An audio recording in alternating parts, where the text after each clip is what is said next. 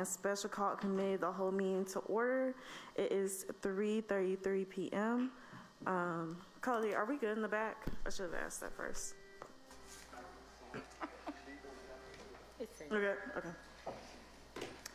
All right. So, Madam President, Councilor Abbott, have you had the chance to look at the minutes from the last meeting, January 10th? And also, we forgot to approve the minutes from the December meeting as well. Oh, Lord. Okay. I move that we approve the meeting minutes from both meetings. Second. Okay, all in favor say aye. Aye. That passes. Now we move on to consideration of the consent agenda. Do either one of you have any items you'd like to place on the consent agenda? Councilor Abbott? I would like to place items 6 and 7 on consent. And that's on page 2. Chairwoman Smith, we just had one slight correction to item number 7. Okay. Instead of the 3 years that you see, it'll only just be for one fiscal year for FY22. So the amount will just be $22,750 on item number 7. Why is it only for 1 year? We have to negotiate the contract going forward after this fiscal year. Okay.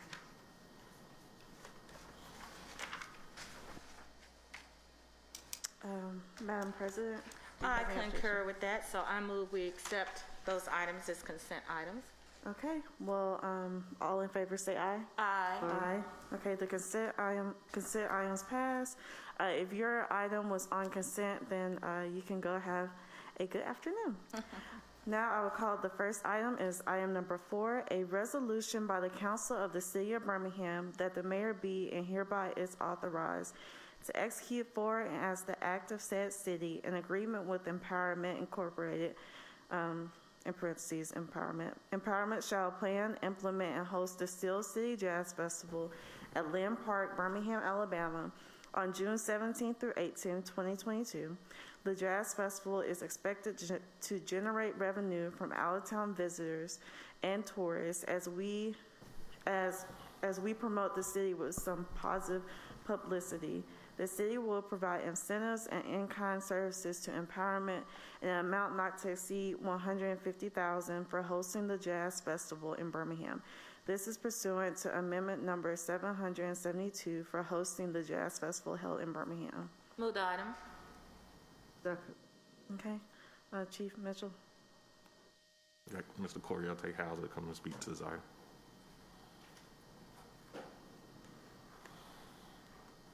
Good afternoon, everybody. Can you guys hear Good me? afternoon. Can you hear me? Okay. Corialte Howes, I serve as Deputy Director for the Department of Department of Innovation and Economic Opportunity. So today you have before you a funding request for the Steel City Jazz Festival, which will be held June 17th through the 18th of 2022. It's a family fun-filled occasion sponsored by Empowerment Inc., and it's a nonprofit. The event will bring jazz enthusiasts from all across the Southeast and potentially have up to a $2 million economic impact. Just some history on some of the past ones. The last one that we had here in Birmingham was 2017. It had about a $6.2 million impact with about 33,000 attendants and about 1,000 jobs throughout those particular days. He also does one in Orlando, and then this year he'll be doing one in Miami in 2022 as well.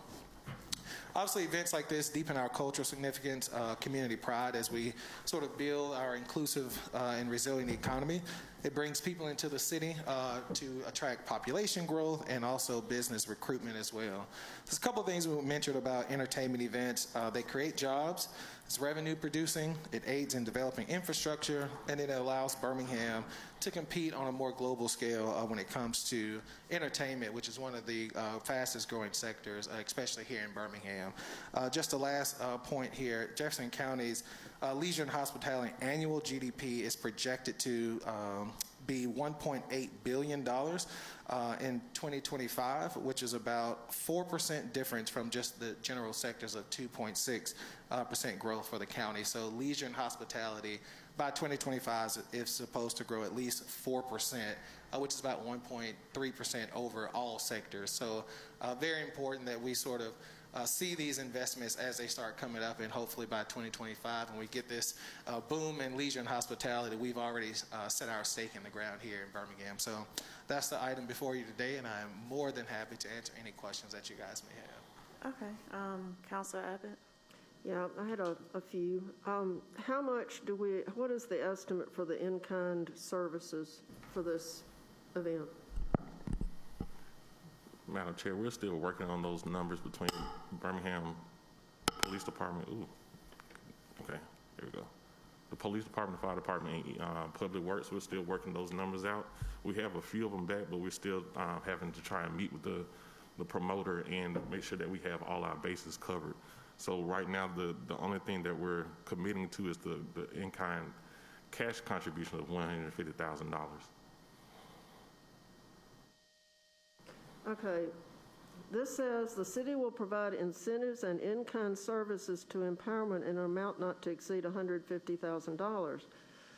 So are you telling me that in-kind services should not have been written on here? Because we're going to give them $150,000 cash? Yeah, that probably should not have been written on there because this agreement that's before the council is just for the cash contribution. As we discussed in the past, the in-kind services are under the emphasis of the mayor's office if we want to waive those fees or not.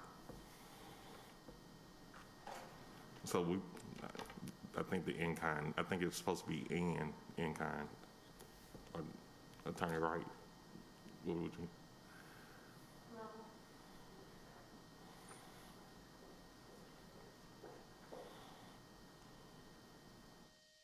Blair Trailer Wright, Office of the City Attorney. That is correct. However, what we were trying to put before the council was the full scope of what could be given, the 150 and whatever in-kind services that the mayor's office seek to contribute. Okay, but it won't exceed $150,000 because that's what this says. Yes, we're hoping that it will not exceed $150,000, yes. Okay. Mr. Mitchell just said we're going to write them a check for $150,000. That doesn't leave any money for in-kind services. I don't want to contradict Chief Mitchell.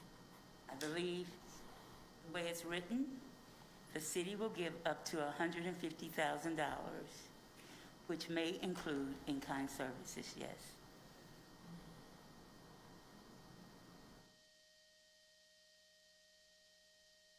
Okay, and these professional fees, is this from the Office of Innovation and? It's coming from the $3 lodging tax that we had a line item set aside for sports and entertainment recruiting. Well, can we get an accounting for how much money is in that account? Yes, ma'am, I sent it last week. Okay, well, I'll forward it to you. I'll Okay. find it. Yeah, I'm sure I just missed it. If it was sent to all of us, I'm sure I got it and didn't see it. That happens sometimes. So for November 2021, it was quite a bit actually. Right. 510,000.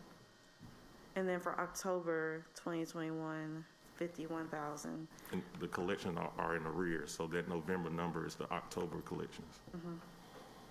Okay. So in all, from July to November, it was 1.4 million.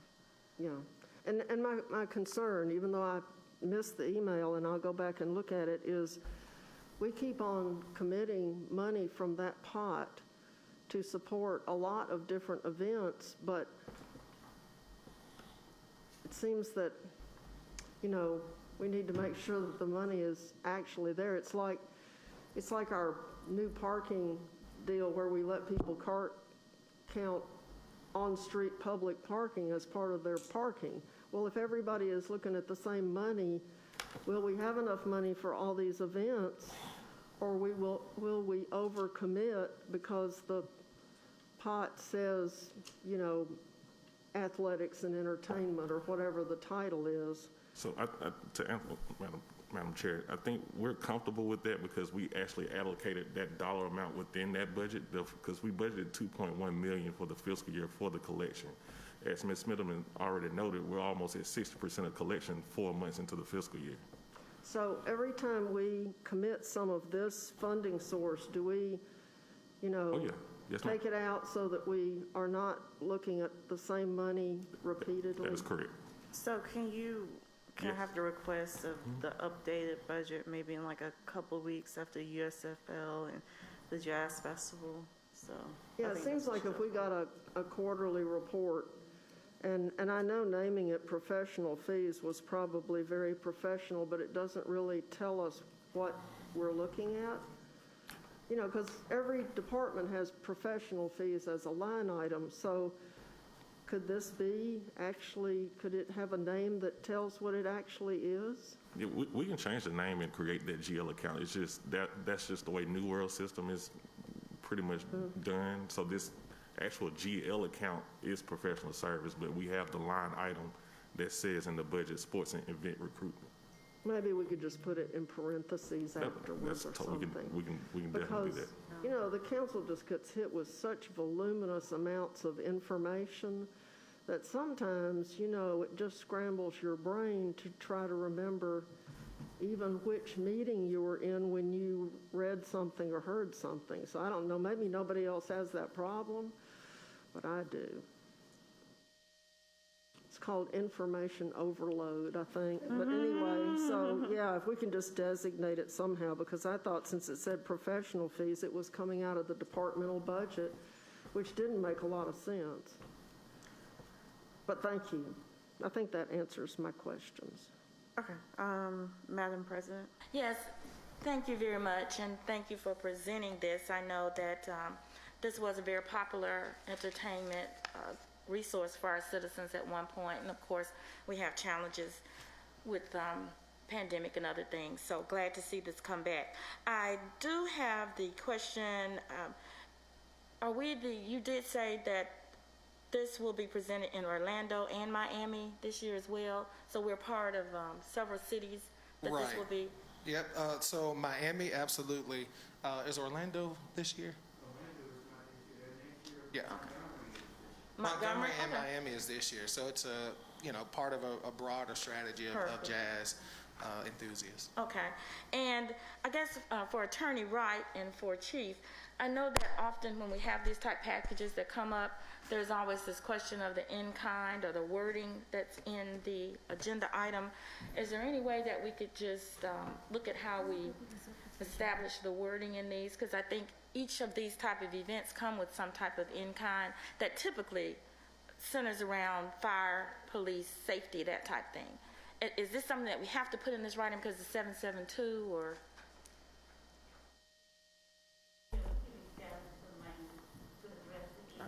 I was about to say, come to the mic. Okay.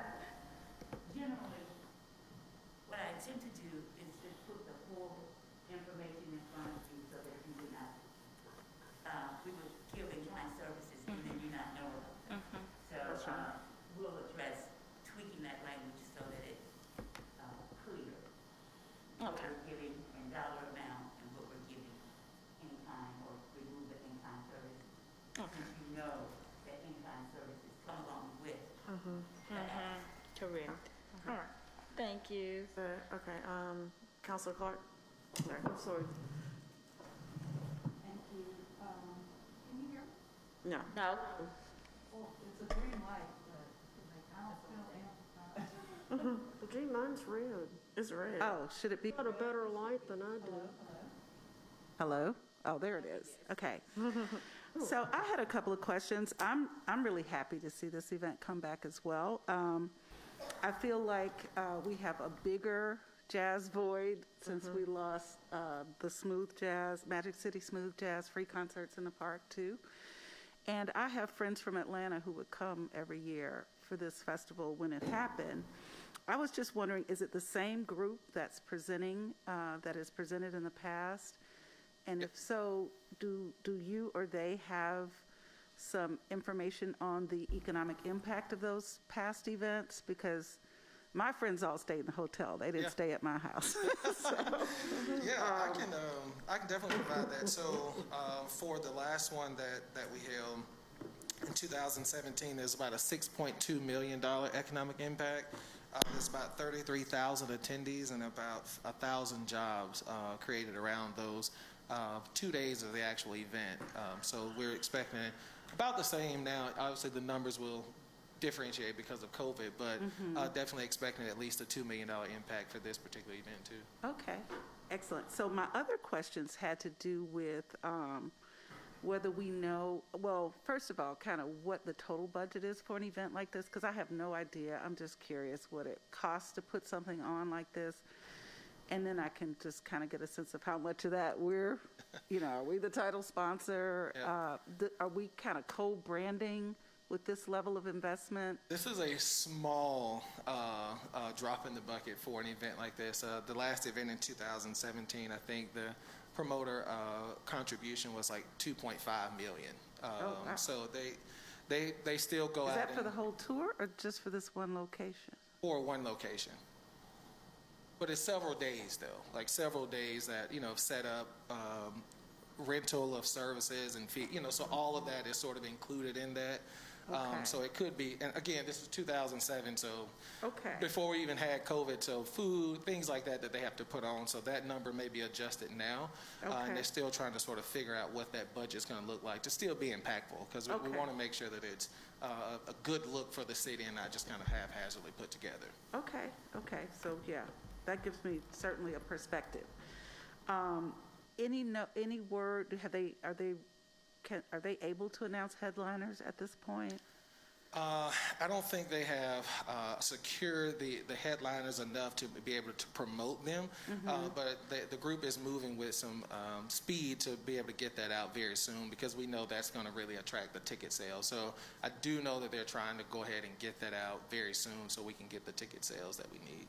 Okay, thank you. Okay. Councilor Abbott? I thought of a couple more questions. And by the way, Mr. Mitchell, I was accidentally left off of that email you sent out, and so throw away that distribution list and make a new one. Budget to his head, not his heart. Yeah, things happen. My bad. So,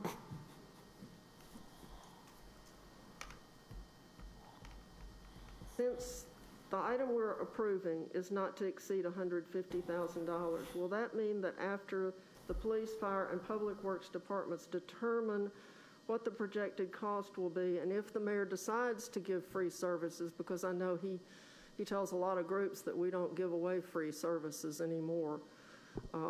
So, will this come back to us for the in-kind services? No, ma'am. So whose budget will it come out of if it doesn't come back to us for approval? It comes out of the respective budgets of that department. Really? Yes, each department is budgeted overtime. So we would just take care of those costs in the overtime budget. Okay, so when their overtime pay runs out, there's no more free lunch? We can say that. Okay, well, I didn't realize that it was coming out of the poor department's budgets, but I guess they've got it budgeted in there. Okay, well, I'm good. Okay, Madam President? Those were all my questions. Okay. Thank you. All right, I think there's been a motion and a second. All in favor say aye. Aye. Aye. The item passes. Next item is item number 5, a resolution by the Council of the City of Birmingham that the mayor be and hereby is authorized to execute for and as the act of said city an agreement with the Southwest Athletic Conference, SWAC. SWAC will host a conference football game, SWAC game, at the Legion Field Stadium for a term of 3 years with an option to renew for an additional 2-year term subject to an appropriation by the City Council in each corresponding fiscal year budget. The SWAC game is expected to generate revenue from out-of-town visitors and tourists, as well as provide positive publicity for the city. The city will provide incentives and in-kind services for swag in an amount not to exceed $300,000 each year that the swag game is played at Legion Field Stadium. This is pursuant to Amendment Number 72 each year that the swag game is played at Legion Field. The financial commitment should be as follows. Year 1, $200,000, year 2, $300,000, and year 3, $300,000, and a 2-year option to renew with $300,000 each year. Move the item. Okay, it says Kelvin Datcher and Cornell Wesley. Good afternoon, Council. Kelvin Datcher, Mayor's Office. I'm going to turn it over to Cornell Wesley, our Director of Innovation and Economic Opportunity. But I did want to take a moment to also to introduce Dr. Charles McClellan, the Commissioner of the SWAC Conference. How long have you been there now, Doc?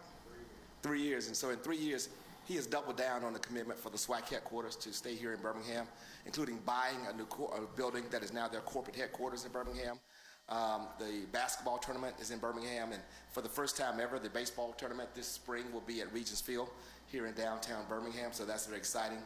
Dr. McClellan is one of the most respected athletic leaders in the country. He was the athletic director at his alma mater, Prairie View University, A&M University, and then at Texas Southern before becoming the commissioner.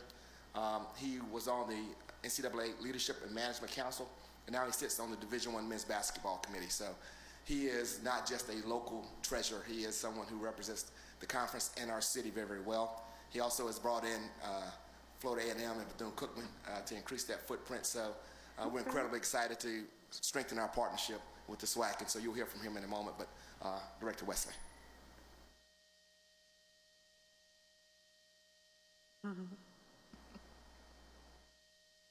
Good afternoon, Councilwomen. Again, my name is Cornell Wesley, serve as the Director for the Office of Innovation and Economic Opportunity.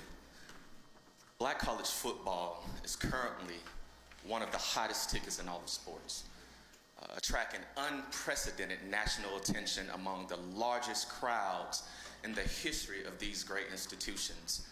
The result has been direct economic impact and tremendous media coverage, as evidenced by burgeoning TV and media contracts that have been coming out of these institutions. Today's proposal includes 2 of the largest magnets among all of our historically black colleges and universities, plus one of our own current in-state partners. We are proposing, as mentioned, 1 game per year for the next 5 years, with all games to be played at the Old Gray Lady at Legion Field. The first 3 years will feature Jackson State University and the National Football Championship Series Coach of the Year, Deion Sanders. In 2022, Birmingham would host Jackson State versus the University of Arkansas Pine Bluff. In 2023 and in year 2024 would feature Jackson State versus Southern University and a matchup known as the Boombox Classic in honor of the 2 marching bands, Jackson State being the Sonic Boom of the South, along with Southern's Human Jukebox. Southern's fans, you'll find, are affectionately known as the Jaguar Nation. They have earned a reputation as one of the best traveling institutions amongst all HBCUs, boasting this past year alone an average attendance of well over 55,000, consistently selling out, and as even further evidenced by the national championship game played just this past December in Atlanta, which sold out so much so that they even had to open up an additional 1,000 seats to accommodate it. In 2025 and in 26, Birmingham, the following years, will host Southern University versus Alabama State, who, of course, is an annual participant in the Magic City Classic, the largest annual HBCU game in America. We are expecting conservatively over 16 million economic impact, with well over 200 plus room nights, with approximately 2.6 million yielding in lodging tax, 459,000 just to be exact. In lodging, we are expecting 459,000 collected is estimated. And again, these are conservative numbers. We are eager, we are excited, we are elated that they chose Birmingham as a host city for this. We feel thoroughly that the economic impact justifies the investment. And as mentioned, we have with us the SWAC commissioner who can speak to any particular details around the function of the conference. But I stand before you answering any questions you have as relates to this agreement. Also, as mentioned, Kelvin Datcher is here, along with our great chief, who can answer any of the financial questions you may have. Okay, Madam President, do you have any questions? Yes, thank you very much. I'm very excited to see this opportunity. As you have already said, Mr. Wesley, HBCU athletics are definitely on the forefront of all types of entertainment that we're seeing here in the United States, and we've seen the insurgence of national TV that's following these games, and so there is a following. I guess I just wanted to ask the commissioner, so, well, first of all, what you're asking us for is more of a 5-year agreement? That's correct. It's a 3-year with a 2-year option, but we're requesting that you reserve the entire amount for the 5-year because we feel extremely confident that with the success we've seen, as evidenced by the Magic City Classic, that and with our relationship with the SWAC, that they would remain. Mm-hmm. And I am excited. I know that HBCU music and the fan experience when it comes to halftime and the bands, that's often, sometimes there are more people watching halftime than the game itself. And so that definitely is a draw. So what I wanted to ask about the football schedule. So you mentioned the teams. Have these teams already been scheduled? This is on their calendar for these particular games, and you would be able to, if we approve this agreement, then you'd be able to switch those games to Birmingham. Great question. First of all, thank you for the opportunity to present before you. Yet again, it is always indeed my pleasure. So when we brought in Florida A&M and Bethune-Cookman University, we kind of expanded our footprint. And we're now one of the premier leagues. So from a television standpoint, from a fan base standpoint, as previously mentioned, we shattered the attendance records. This year we've led FCS attendance 45 of the last 46 years. Jackson State itself had a $33 million economic impact in the city of Jackson just for football. When you add up our 12 membership and the footprint, it's well over $100 million just for football alone. But unfortunately, we only have so many games that we can play within a schedule. And there are key matchups and key institutions that will continue to play, but those games are not mandated by the SWAC. So when we start looking at what could we bring to Birmingham and make it a really big event, we start looking at some of the teams that are not on schedule, but still are scheduled to play. Jackson State, Southern University. There is a possibility, that Florida A&M could come. There's a possibility that Grambling could come. So we have all of these games that we have on schedule that are scheduled, but we also have additional games that we are scheduling that are not a part of conference play. Okay. So if I don't want to confuse the subject. So because we've added the 2 institutions, we have more games now that we can actually schedule because we have an 8-game conference schedule to leave 3 to 4 games depending on the year for them to go outside of conference. These are games that will continue to be conference games, but not necessarily count in our conference standings. But what we committed to was bringing high-quality matchups. You already know what the economic impact is from Magic City Classic. What we're looking at is bringing a second game to the city of Birmingham that has equal or even more economic impact. Sorry for the long answer. No, that's good, because I just wanted to be clear of what we're committing to and the quality. I'm going to say all the SWAC teams are good, but just when we start talking about that fan base and that experience, what we would be offering to our residents. So thank you. If I think of something else, I may ask you, Counselor, but I'll wait and see Mr. Abbott's question. So the games that you enumerated of Jackson State versus Southern University, those are not definite, or are those definitely the teams that we will have on those 5 years?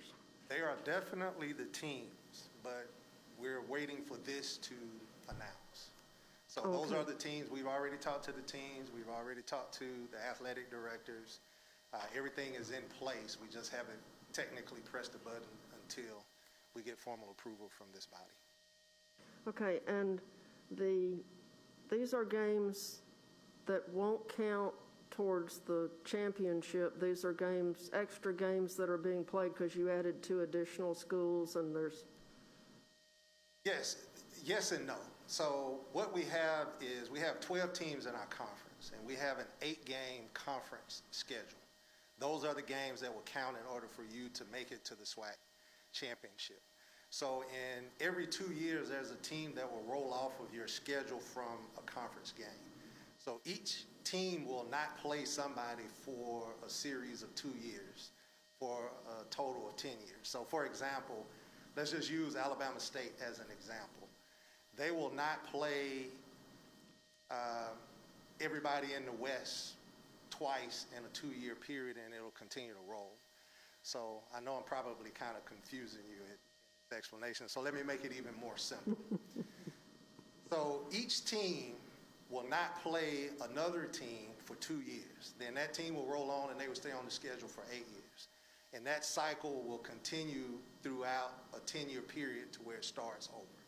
So what we're talking about is taking those teams that are not playing in that 2-year period and bringing them to Birmingham. But they are some of our most dynamic matchups. So Jackson State University and Southern University are 2 of our most high-profile alumni bases. They are probably the 2 most high-profile institutions as far as travel is concerned. And we know without a doubt that those teams are highly sought after, right? This is not the only proposal that came to the Southwestern Athletic Conference. We are just committed to the city of Birmingham. The other piece of that is we're trying to do away with third-party promoters. We're trying to do away with these classic games where promoters come and pay us to come and they keep the money. What we're trying to do is put the money back into the communities that we have relationships with, as well as the institutions that we have relationships with. And the third thing about Birmingham is we have a very vibrant commitment to not only the economic growth of Birmingham, but from an academic standpoint, being able to reach out to Birmingham City Schools. We did this with our basketball tournament where we have the career fair, college fair. The first year, COVID got us last year and the year before, but the first year we awarded over $500,000 worth of scholarships.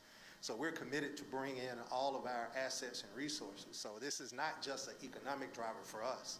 This is more about the larger commitment that we came to you 3 years ago and said that we wanted to commit to. So bringing you quality matchups are extremely important. So when we start talking about Alabama State in 24-25 and 25-26, again, they fall off of Southern's schedule. So we know Southern is very excited and committed to coming.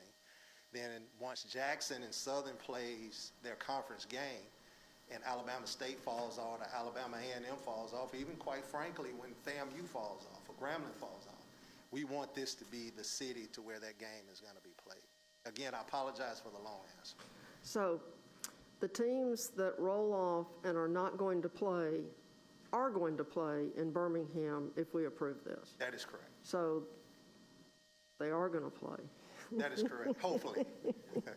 Hopefully. Okay. And again, I really want to reiterate, we have seen unprecedented growth within the Southwestern Athletic Conference, not just from a football perspective, but overall. And I know this meeting is being recorded, so I'm going to be careful in what I'm saying. We've had other media partners to reach out to us from a national standpoint. One media outlet in Florida said that the SWAC is the Black College SEC from entertainment value and from a competitive. I tend to shy away from that because I never want to be on the record comparing myself to the Southeastern Conference. But when you look at the statistics, when you look at the fan base, when you look at the economic impact, when you look at the drivers, this now is the time for the Southwestern Athletic Conference. And we have major third-party media partners that are trying to break in. We have a tremendous amount of third-party individuals trying to receive our games. And what we've talked about as a conference is we want to control our narrative and we want to control our brand.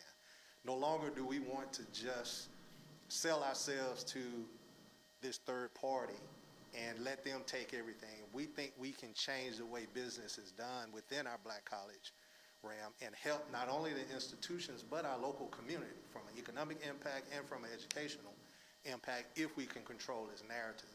And talking to Mayor Woodfin, this is how this whole idea began to evolve. Well, thank you. I appreciate that explanation. And I have one more question over here. Sure. And that is the economic impact.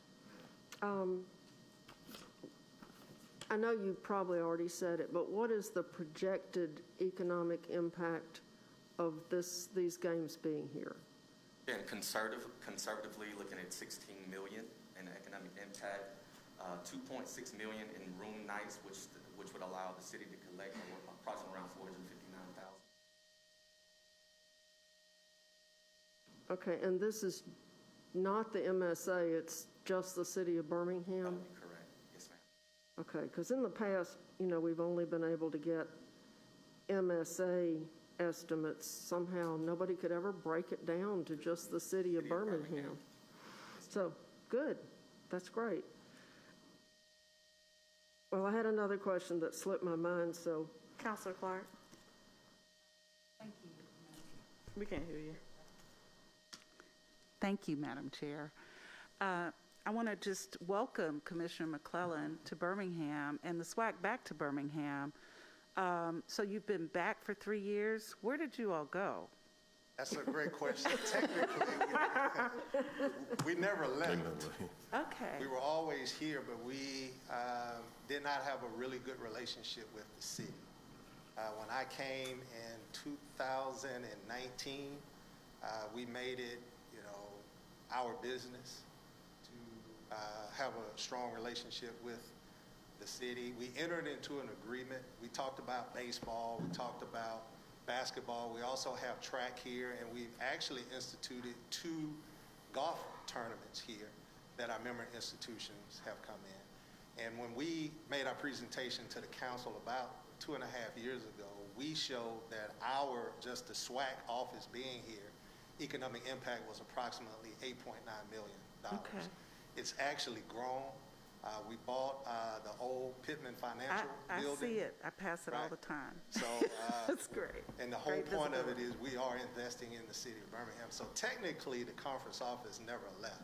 Okay. But our commitment now is as strong as it has ever been, and we continue to enforce through everything that we do our commitment to the city of Birmingham. We're not going anywhere. I came from Houston. My wife told me that we're not moving anymore. So as long as I'm here, SWAC will be here, and I'm not planning on going anywhere for quite some time. Okay. Well, sir, I'm pretty new on the city council, so I just wanted to know, do we have another financial agreement with the SWAC outside of what's being proposed today? Yes. Yes, ma'am, we do. So when we came, again, it was about 3 years ago, there was a financial commitment from the city to keep the conference office here, to be able to have a minimum of 3 championships, which we committed for our basketball championship, our indoor track championship, and then we said that we would bring a 3rd championship to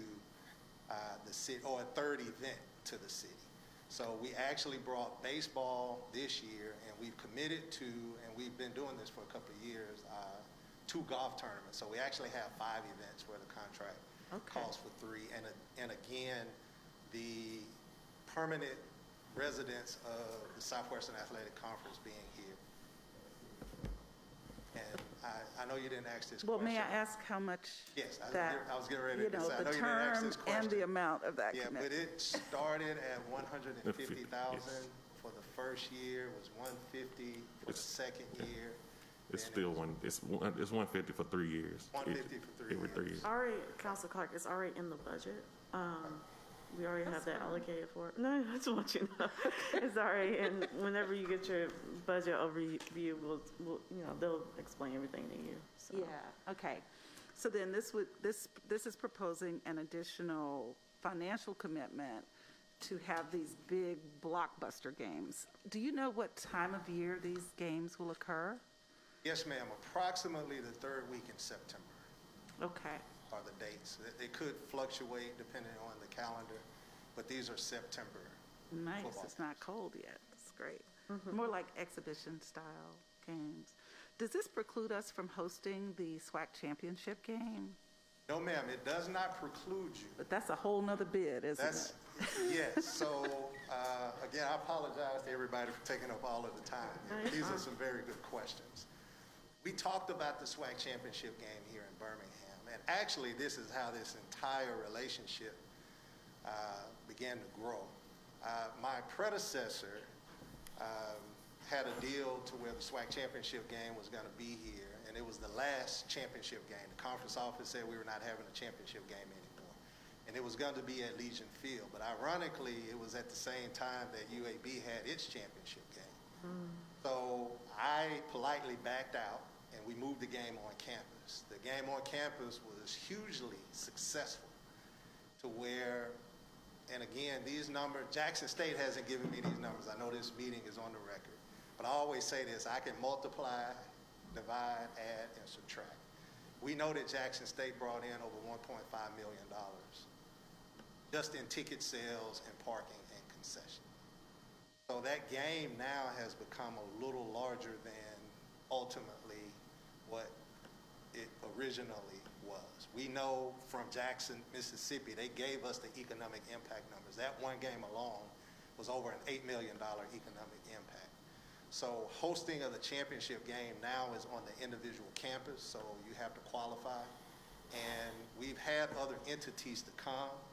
Quite frankly, you're talking $2 to $3 million just for that one game. And I think that is the beauty of this deal, because these crowds that we're talking about, you're going to get 40, 50, 60,000 people. And I give that, you say, well, what's 40, what's 60? I'm saying 40 on the smaller range, 60 on the larger range. You're really getting something that's close to a SWAC championship game in the month of September for a fraction of the economic, cost. And again, these are not dollars that are coming to the Southwestern Athletic Conference. We're going to split this money in half, and we're going to give it to the institutions to help pay for band travel, team travel, administrative travel. So this is not something that we're taking and spending. This is an investment into those institutions. Well, I appreciate that strategy, because it's really hard for the HBCUs to, be sustainable and competitive with other institutions. So I think it's a smart strategy to reduce the third parties and, kind of reinvest Thank you. In the schools. So thank you for that. I keep looking back. I know these meetings are recorded. I've said a lot that I have tried to keep out of the media. I hope I don't be on that 6 o'clock news. Madam President, did you have another question? My follow-up question, and you did mention you have the education component where you'll be involving Birmingham City Schools, will each of these games then have the sort of the school fair or type? Can you just tell me a little bit about what that may involve? Honestly, Madam Chairman, we have not gotten that far yet in the planning, but absolutely. One of the commitments that we had with the basketball tournament not only was the college fair, but providing tickets to Birmingham City Schools so they could come and see. So the college fair was located inside of the basketball championship. So not only did you come to the college fair, you got a chance to see the athletes at a high level, and hopefully it gets you motivated in order to come. We are planning on doing similar with these football games, but honestly, we have not gotten that far in the planning. Thank you. Appreciate it. That's it, Madam Councilor Chair. Abbott, are you good?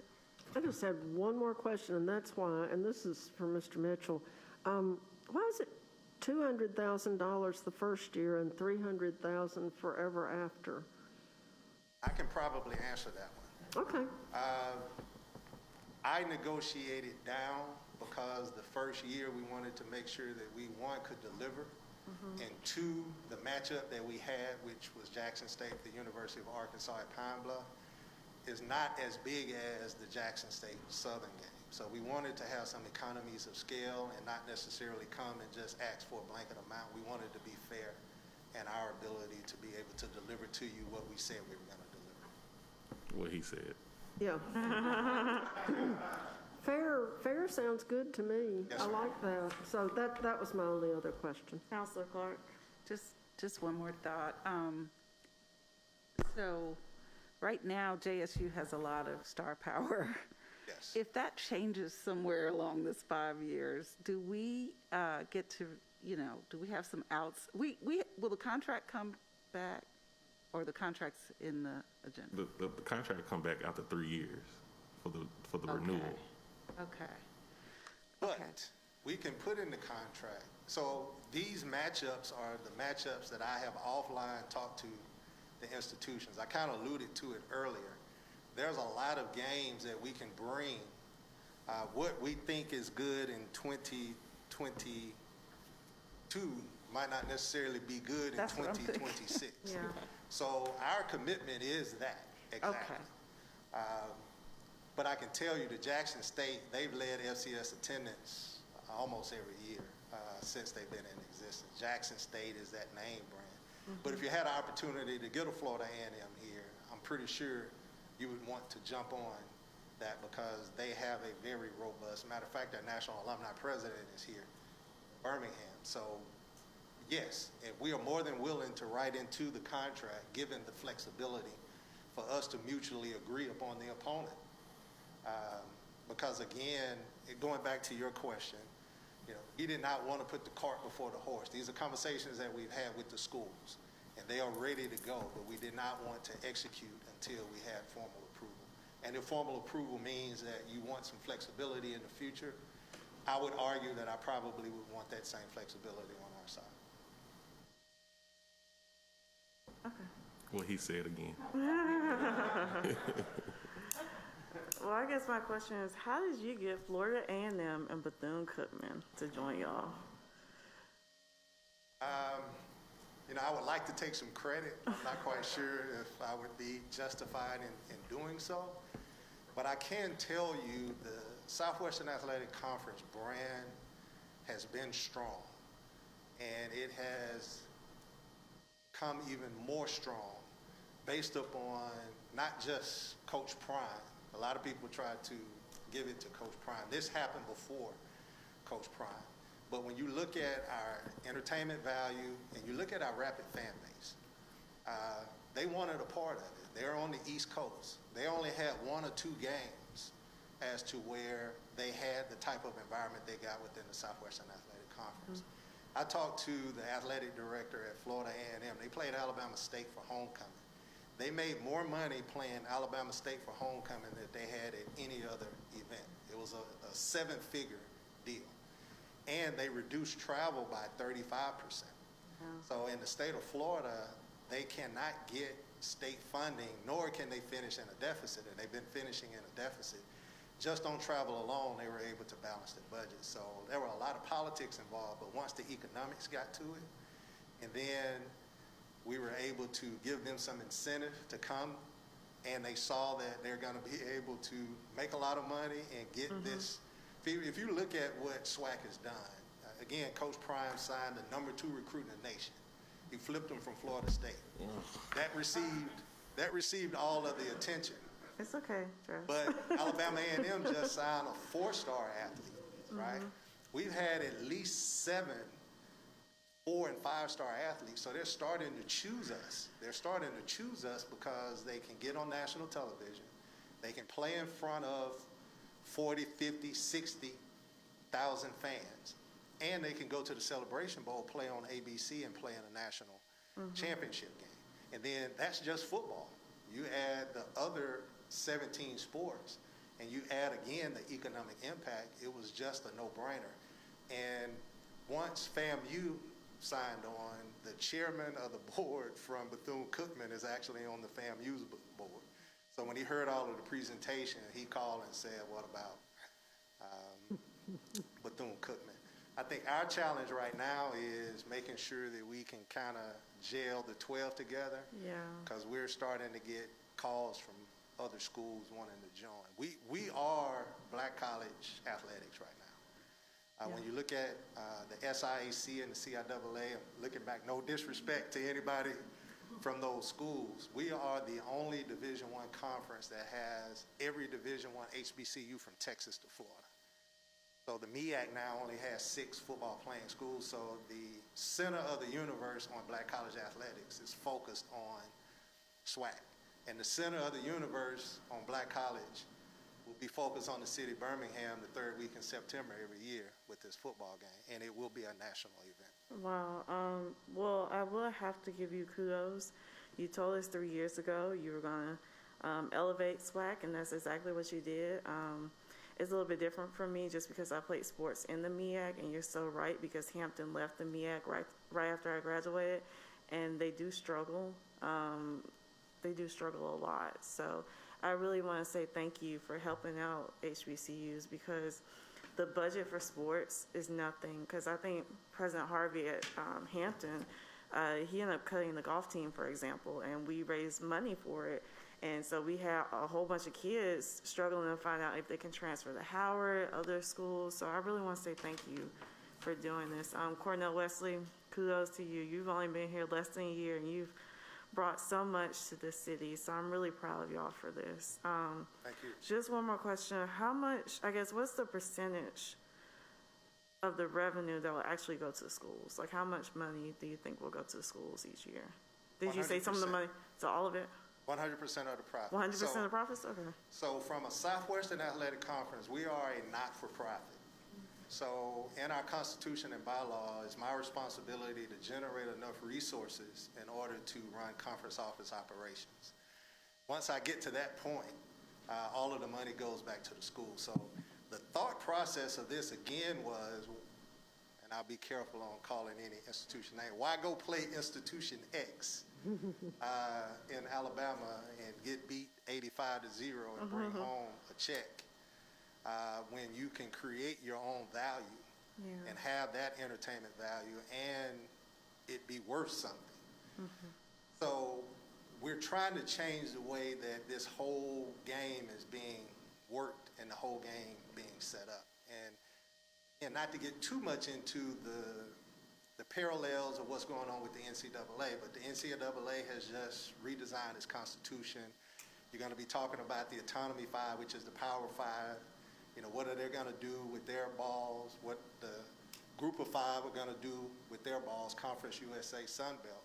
And what we're saying is we're unique. We don't need the Power 5. We don't need the Group of 5. We have our own product. Let's build our own product, and that's what this initiative is doing. If it wasn't going to be in Birmingham, it was going to be somewhere else. This is something that we're going to do, but it changes the way that we self-value ourselves, and it puts the responsibility and the economic driver back on us. So from a conference standpoint, we've already generated enough money to make our budget. So now if we have 2 schools committed to come play this game, then it's an economic driver for those 2 schools. We're not going to take any of it. All of the money will go back to help generate revenue for the membership in the individual schools. I don't get a chance to fly and go on vacation with the money. It all goes back to the school. Okay, well, I think we're good, and we have a motion and a second. All in favor, say aye. Aye. The item passes. Thank you so much. It was good seeing you. Thank you. I apologize for taking up everyone's time. Okay. No, you're fine. That was very informative. Thank you. Yes, thank you. Okay, item number 8, an amended and restated redevelopment agreement between the City of Birmingham and Housing Reinvestment Corporation of America in substantially the form attached under the redevelopment agreement, which the city will transfer up to 27 vacant lots. These lots comprise of a portion of the former Camellia Terrace Apartments property located in 1,000 and 1,100 blocks of 51st Street, which are a part of the Bellevue Heights neighborhood. The transfer is to Housing Reinvestment Corporation of America for a price of $1 per lot. The procedure will allow Housing Reinvestment Corporation of America to develop a single-family housing unit on each lot transferred. The city hereby agrees to provide an amount not to exceed $540,000 the city assistance in support of this project, which the redevelopers agreement is to complete and sell homes both at market rate and affordable homes as authorized by Alabama Code 11-96A and as consistent with the development of affordable housing under the American Rescue Plan Act, ARPA. Move the item. Second. Okay. Hi, how are you? Hello. Good afternoon. My name is Corey Stallworth. I serve as Deputy Director of Housing Programs and Community Development. And as stated, the item before you is a request to amend and restate the redevelopment agreement between the city and the Housing Reinvestment Corporation of America, which is the nonprofit arm of NCRC. And the main change in this agreement is to include the allocation of $540,000 of ARP funding to the Oak Hill Single Family Development in Bellevue Heights. This addition of $540,000 in ARP funding will be utilized by the developer to assist in subsidizing the $7 million project to make feasible, affordable rate units for sale. Due to the increased costs in construction, the all-in cost to build these homes without subsidy is well over $200,000 each. The subsidy will allow the developer to sell the properties at a reduced purchase price, somewhere between $165,000 to $180,000 to low to moderate income individuals. That's just a brief. What was the price? 160,000 to 165 to 180. Okay. Gotcha. So that's just a brief overview, and I am willing to entertain any questions. Okay. Councilor Abbott. Yes, I wanted to ask, the $540,000 then will be used to actually construct the homes, correct? Yes. So, and I read that it's the longest contract, but it seems that it was Yes. like each house was going to be between 1,700 and 2,100 square feet, something like that. I think there was a range. Like 1,200 to So 1,700. it should be smaller than that. It's between 1,300 and 1,700. That's close. Gosh, I wonder what contract I was reading. Anyway, so that doesn't matter. So the money will be used to build the houses. Then, who will handle the subsidized? I mean, I guess I'm trying to figure out how the deal works for the buyer. Okay. And all the houses will be, I mean, some will be market rate and some will be subsidized, but they'll all be equal in construction, quality, and like the subsidized houses they won't have Formica countertops when everybody else got granted. I mean, they're not going to be a cheaper version. That's correct. So all of the houses will be the same type of construction. We're talking about granite countertops, shaker-style cabinets. They will all be the same, and so they will also be scattered. So there is a carve-out of 40% that will be affordable, which comes to about 11 units, and they will be scattered and blended through the community. So it won't be on one side, there'll be all of the affordable houses. It will be a blended mixed income community as designed. And I assume nobody will know unless they tell. Everybody will just be equal to all appearances. The houses will be equal in quality. Yes, and so we have about 4 different floor plans, and some of those include 2-story homes, and they will all be they'll be comparable to market rate housing. And so there'll be a mixture of brick, hardy board siding, and so these will be quality built homes that will be able to blend into the rest of the fabric of the Bellevue Heights community. Okay, and No, there you go. so who is going to sell the houses, and how does the subsidy work? So the developer developer is responsible for the sale of the homes, and they have utilized JRC Realty, and they have Mr. Alvin Johnson, who is their realtor, to sell these homes. And so the homes will be sold to, the 40% will be sold to families within the low to moderate income range. And so those homes will have the reduced purchase price.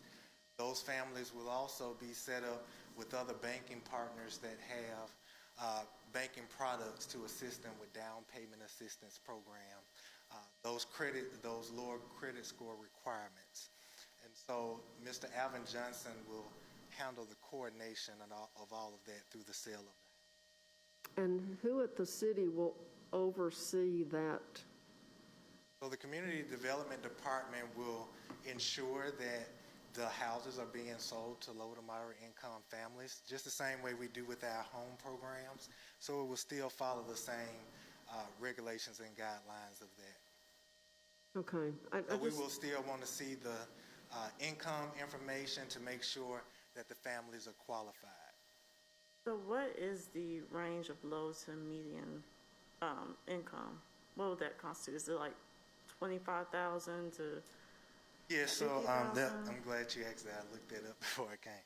So if we're talking about 80% of the area median income or below, we're talking about for extremely low, that's 26,000 per year. 50% of the area median income is 38,000, and right at the top of 80% is 61,000.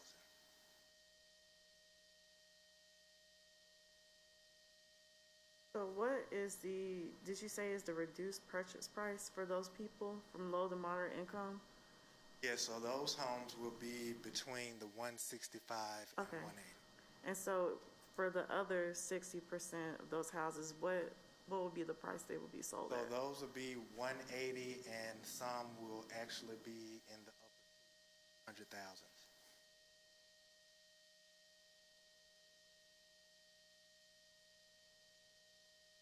Sorry, Councilor Abbott, did you have any more questions?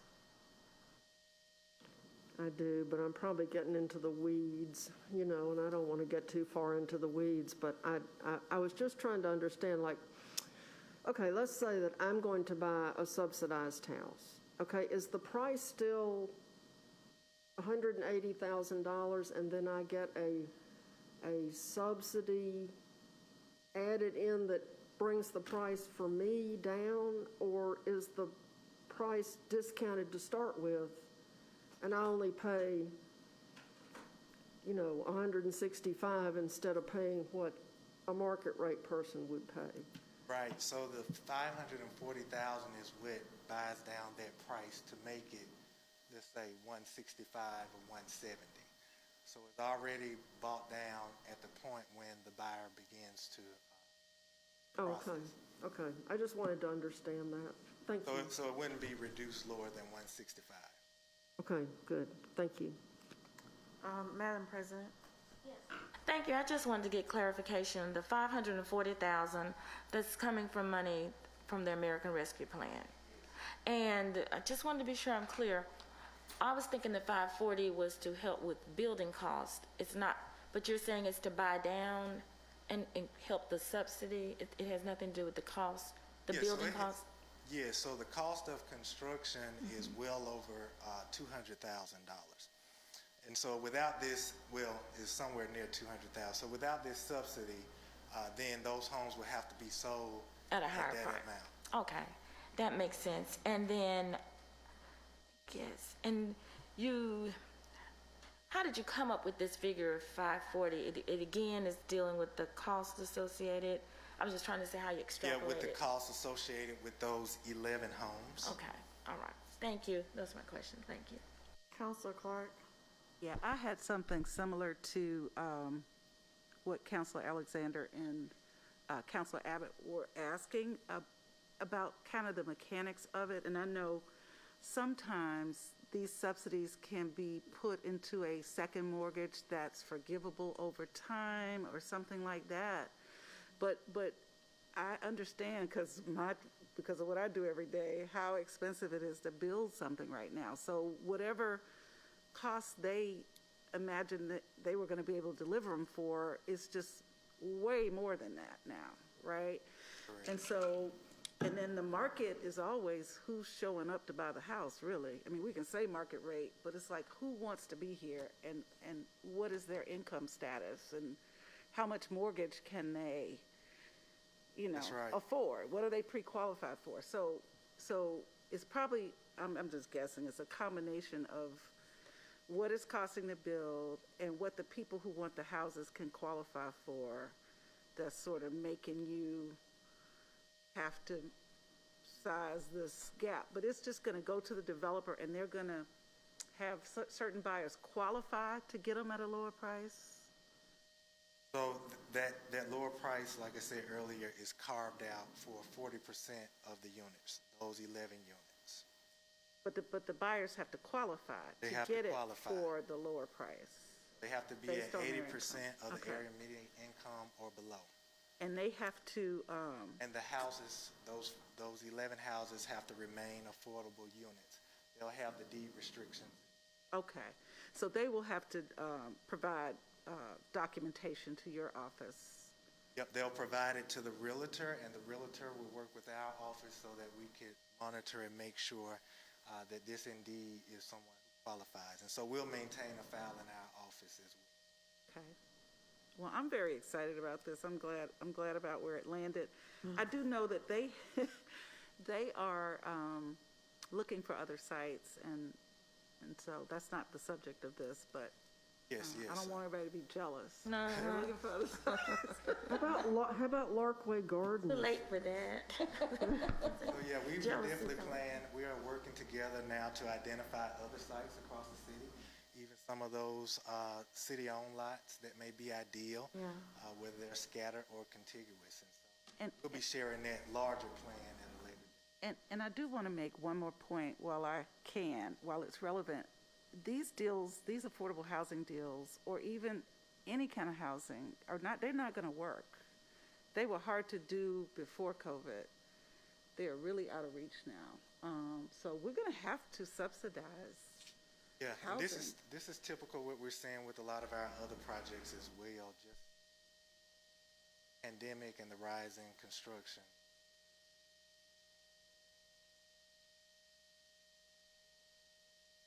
Okay, Councilor Clark, do you have any?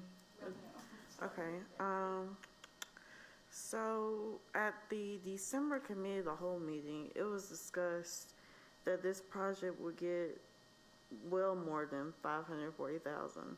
What are we gonna do with the remaining money? I guess, what are the plans for that? Sorry, I didn't understand the question. Well, when we, in the plan for all of the money, well, maybe that's Kelvin Datcher, we have more than 540,000, isn't that right? 1 million. It was 1 million. What are we doing with the other 460,000? Council, we hope to replicate this all across the city. Okay, so this is just like, okay, gotcha, makes sense. When you said Bellevue Heights was a pilot, and then, okay, that makes sense. Project number 1, and then there's 2. No, I thought, because it made it seem like at the meeting that this was all Bellevue Heights, and I think some councilors were up in arms about it, but I'm glad to know that. Yes, ma'am. And we hope to, continue this, like I said, all across the city. And so we're excited. You can go visit Councilor Clark. The houses are actually coming out the ground already. So you guys see You gotta the send some city at work. pictures in. Wow. We'll have 2 that should be completed by the end of this week, then 3 more in the following 2 weeks. Yeah, okay. Definitely like to have you all out to. Yeah, please do. I just wanted to ask one question because Councilor Clark made me think of something, and I think I know the answer before I even ask it. But you know, in the past, how you've had UDAG grants and things like that, that if you were given money to help subsidize the mortgage or down payment, then often that seller, if you sold that home, you had to repay. But this money is going to the developer, correct? So there's no risk there or guarantee, or what I want to say, contract then with the homeowner for those funds, correct? Correct, but there will be the restriction that it has to be maintained affordable unit. That'll be in the agreement with the home buyer Okay. and the developer. Because that's in the contract already anyways, right? Yeah. that's in the contract already, right? Right. Yeah. Okay, all right, thank you, appreciate it. Thank Counselor Abbott, do you have any more questions? Yeah, that just made one come to mind. It's really easy. Okay, so if I buy a subsidized house and I pay $165,000 for it and I stay in it 2 years and I get a job in Houston, okay, when I sell it, it has to remain a low to moderate income home, but do they have to sell it for the same amount they bought it for? Or yeah, it's me. I've only lived there 2 years, and I received this subsidized price. So when I sell it, do I have to sell it for the same amount that I bought it for? So that's a good question. We'll have to evaluate at that time because the market changes. So we have to evaluate what would be considered affordable at that time. Could it go down?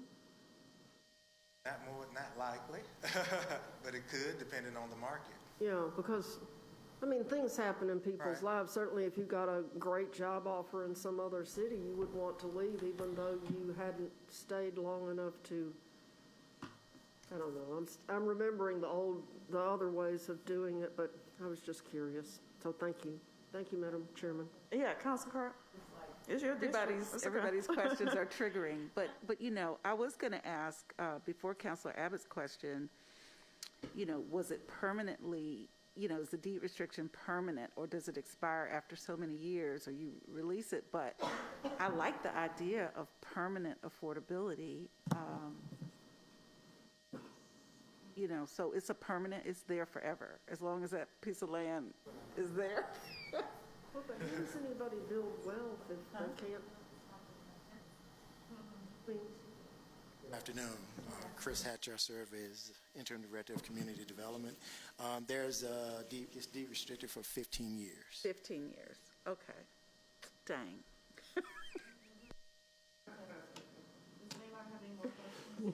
Yes, unfortunately.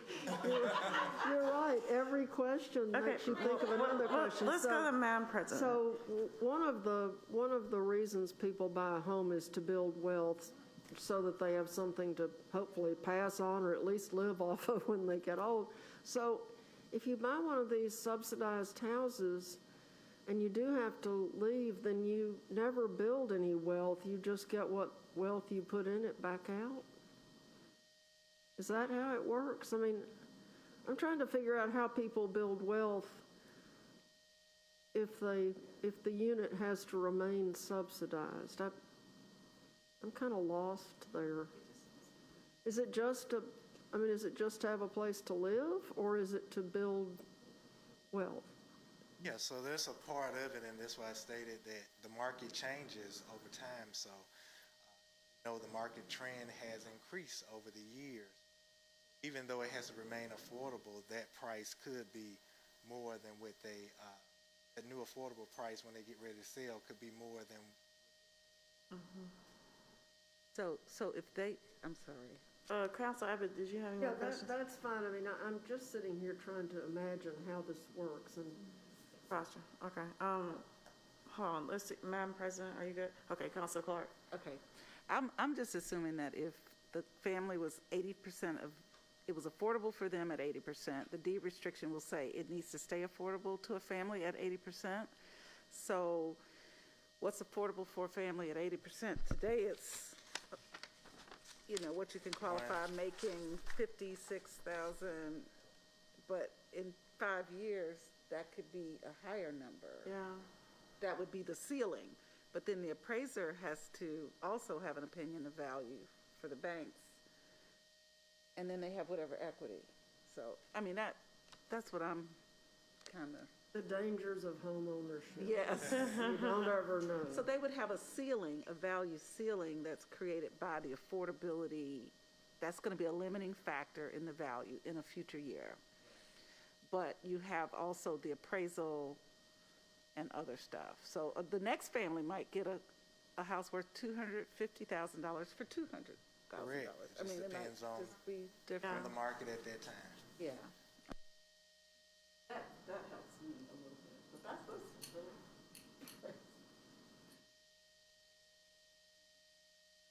I think everybody's good. We had Oh, wait, no, you're fine. I'm just kidding. There was a motion and a second. All in favor say aye. Aye. Okay, the item passes. Well, thank you.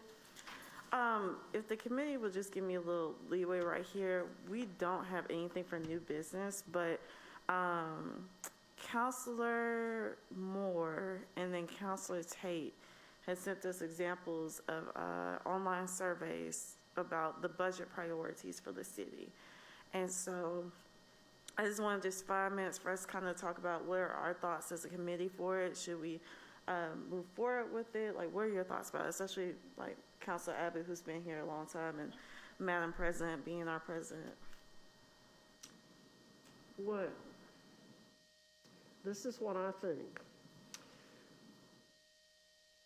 Most council members, it takes them 2 or 3 or 4 years to really understand municipal budgeting. I don't want to set expectations of the public that their suggestions are going to make us change the budget. Because number one, the council doesn't control the budget. The mayor is the one that controls the budget. And so we hold these public meetings, or we hold these, we have these surveys, and people give us all their brilliant ideas, and we can't do a darn thing with them.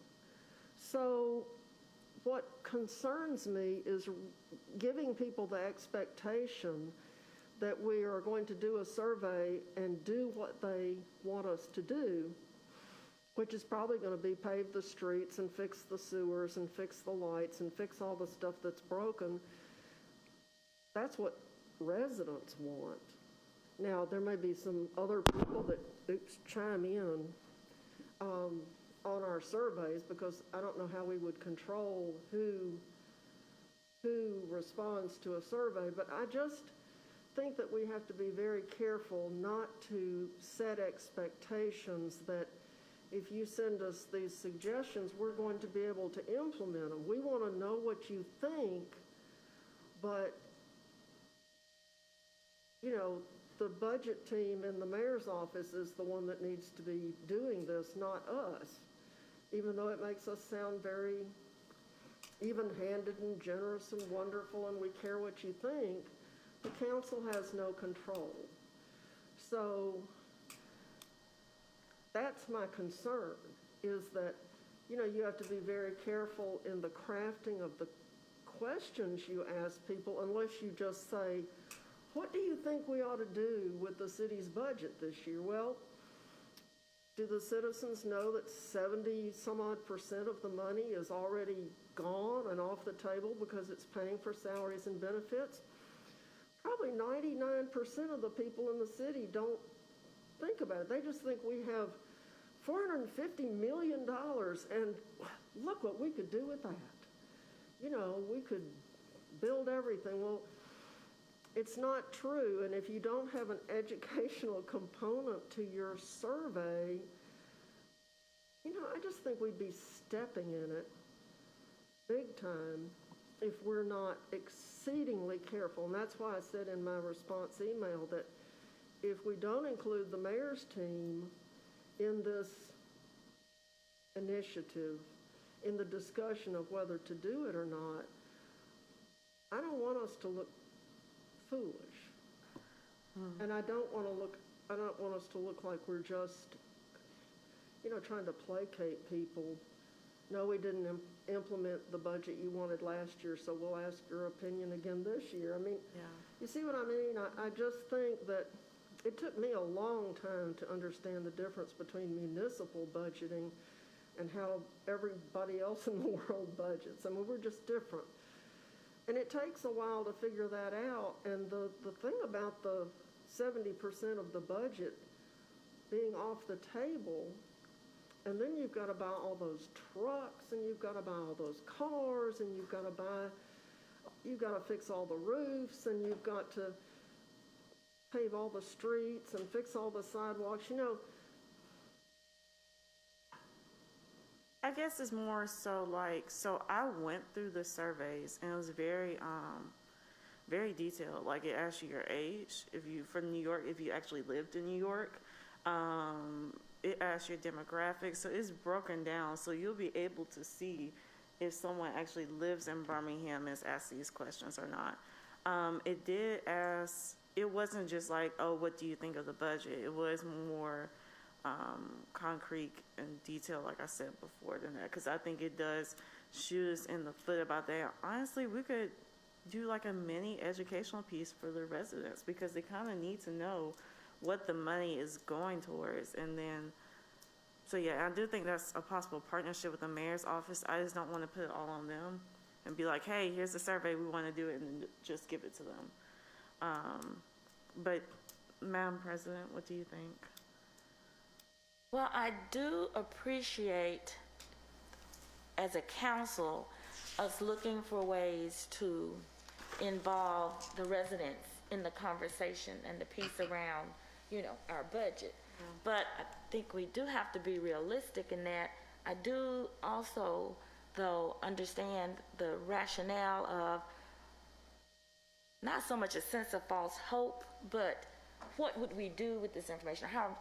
What is going to be how valuable is this information to that process? Yeah. And then so we gather this information as a council, then do we pass that off to the mayor's team who are actually creating the budget? And so I guess I look at it twofold.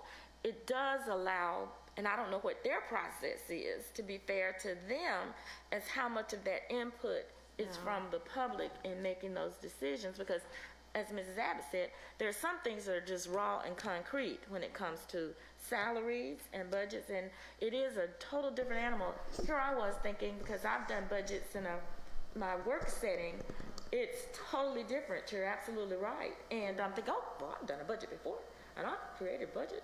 But the municipal budget is, and it does take that understanding, and I'm just 3 years out and still in that learning process. So I guess what we need to just agree upon as a group, as counselors, as again, what do we want the outcome of that information to be? And I just don't want to go through a process of giving false hope.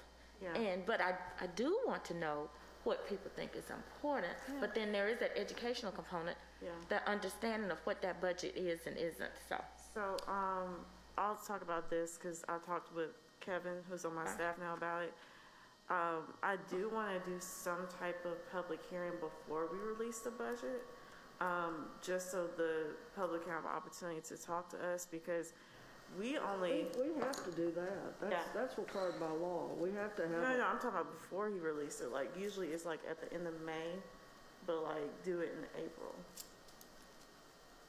If that's not possible, that's fine. But because we only get 6 weeks to look at it, and I don't want the public to feel as if we just gave them 2 public hearings just because we're required by law to do it. Yeah. Well, if you sit through those public hearings a couple of times, well, it'll be an interesting experience for you. I'll just leave it at that. I remember what we still did during the pandemic.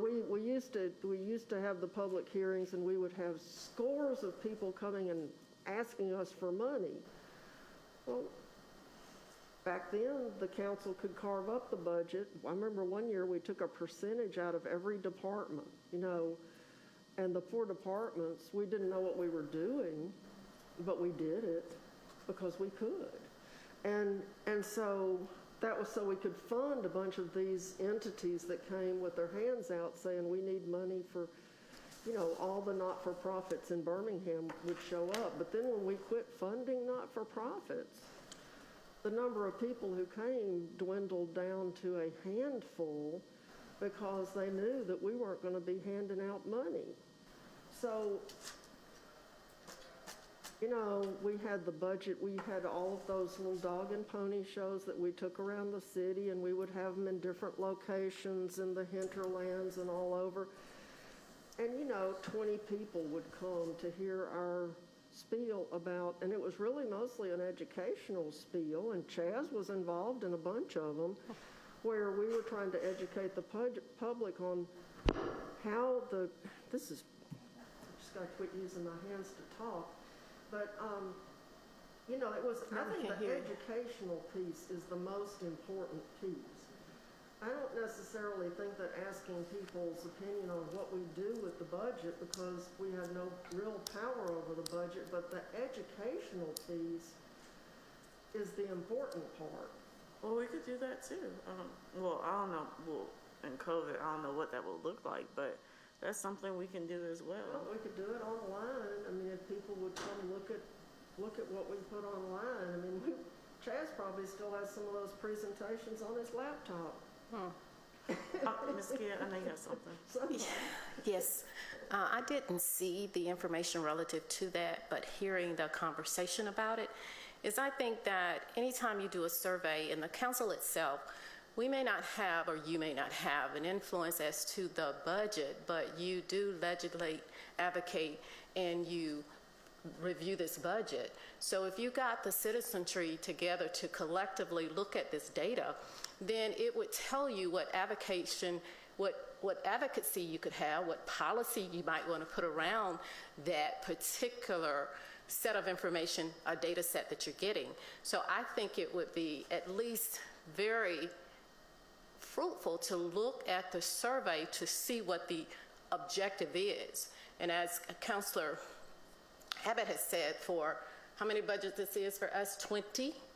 That for 20 budgets, we have done the North, East, South, and West informational. So I don't think any of that changed. Even when the council had a vote in the budget, it was still, at least from what I've seen, it is popular to hear from your public, to hear what they want. And sometimes they may give us some insight as to how to better advocate for them, and then what policy might be out there that the council can surround itself around to make sure that whatever they're asking for might avail itself. And looking at what you're saying about the demographics, the age, I mean, I don't think we could, or the council could,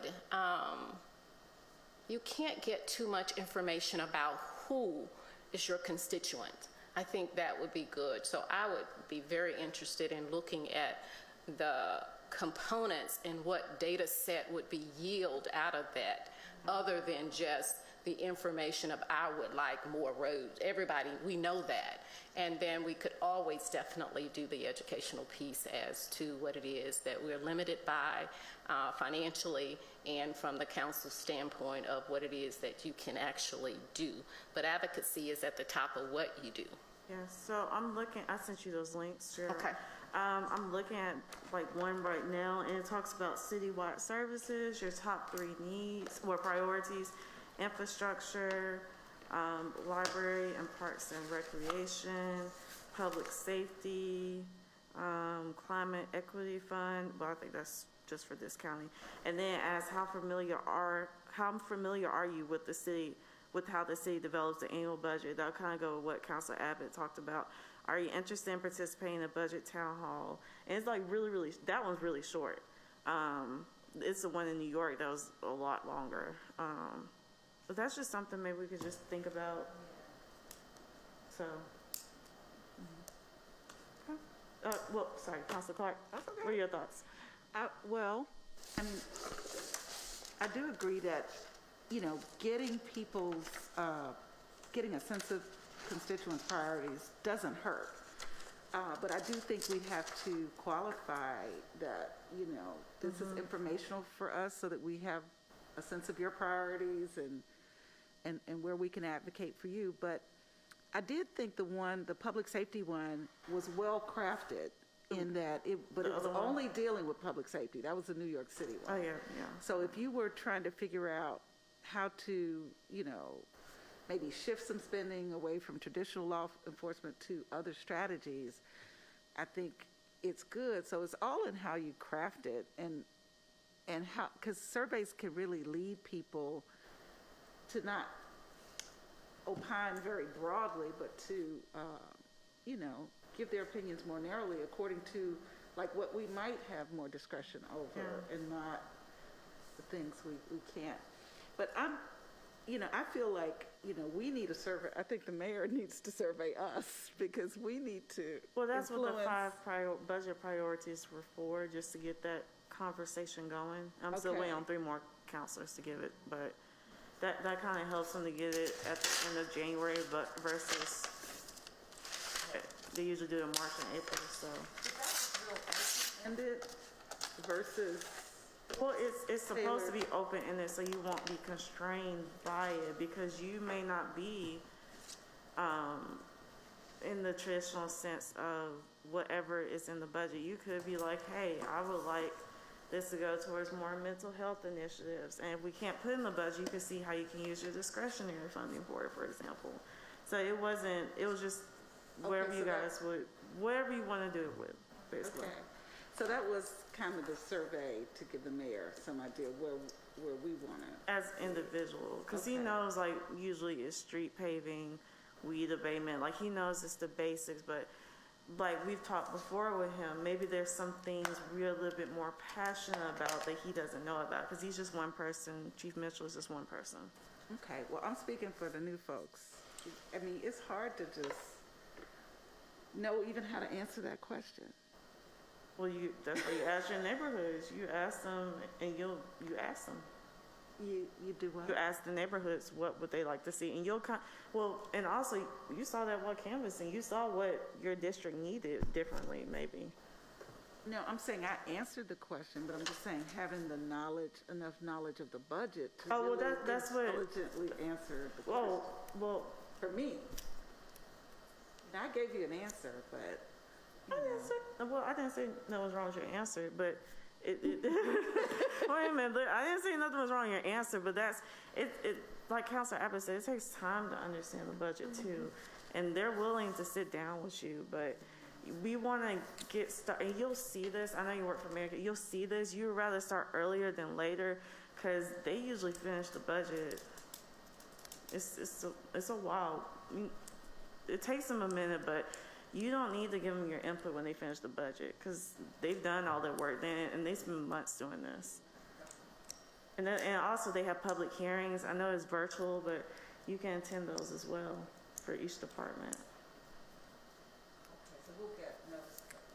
Mm-hmm. Yeah, those are the same ones like what we got for community development. I don't know if you remember that. I know it's a lot, but that's like an example of it. So.